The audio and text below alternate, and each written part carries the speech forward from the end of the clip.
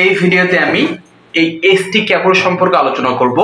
ST এর full meaning হলো high tension. এই এসটি কেবলগুলো ট্রান্সমিশন ও ডিস্ট্রিবিউশন লাইনে ব্যবহার করা হয়। আমরা সচরাচর দেখে থাকি কন্ডাক্টর হিসাবে তামা ব্যবহার করা হয় বা তামার এসটি কেবলগুলো দেখে থাকি। আমি এখানে যে কেবলটি নিয়ে আলোচনা করতেছি এটির কন্ডাক্টর হলো অ্যালুমিনিয়াম। সর্বপ্রথম যে আমরা যে অংশটি দেখতেছি এটি হলো কন্ডাক্টর।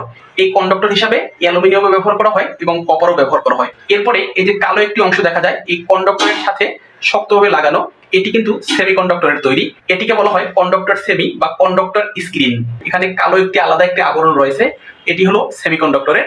এরপরে এই যে অংশটি রয়েছে এটি হলো এক্সএলপি কোরোস লিঙ্ক পলিথিন, যেটা আপনার থার্মোসেট নামক উপাদান দিয়ে তৈরি। এটি তাপ, আর্দ্রতা এবং যে কোনো রাসায়নিক দ্রব্যের হাত থেকে এই কন্ডাক্টরকে রক্ষা করে।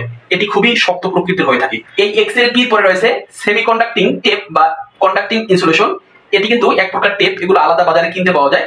এরপরে রয়েছে বহুল পরিচিত মেটালিক স্ক্রিন। এটি কিন্তু এই সেমিকন্ডাক্টিং টেপের উপরে দেয়া থাকে, এটাকে আবার কপার টেপ স্ক্রিনও বলা হয়। এরপরে রয়েছে আর্থওয়্যার। এই আর্থওয়্যার যদি আপনার তামার তৈরি, এই দিকে খেয়াল করলে দেখা যায় তিনটি কোরের সাথে তিনটি আর্থওয়্যার আছে। আপনার অতিরিক্ত কারেন্ট বা লিকেজ কারেন্ট হলে এই আর্থওয়্যারের মাধ্যমে আপনার গ্রাউন্ডিং হয়ে যাবে। এরপরে এই যে ফাঁকা অংশগুলো ভরাট করার জন্য যেগুলো থাকে এগুলো দেখা যায়, এগুলো কিন্তু আপনার এক টাইপের পেপারের মাধ্যমে তৈরি করা হয়। এগুলোকে বলা হয় ফিলার।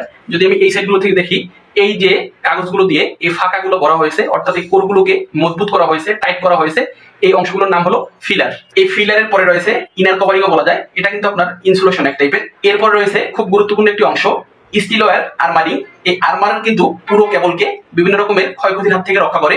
অনেক সময় দেখা যায় কোনো কারণে যদি এই উপরের পিভিসির কভার ক্ষতিগ্রস্ত হয়, এই কন্ডাক্টরের জন্য আঘাত না লাগে, বিভিন্ন রকমের দুর্ঘটনার হাত থেকে এই কেবলকে সেভ রাখার জন্য এই আর্মারটা ব্যবহার করা হয়।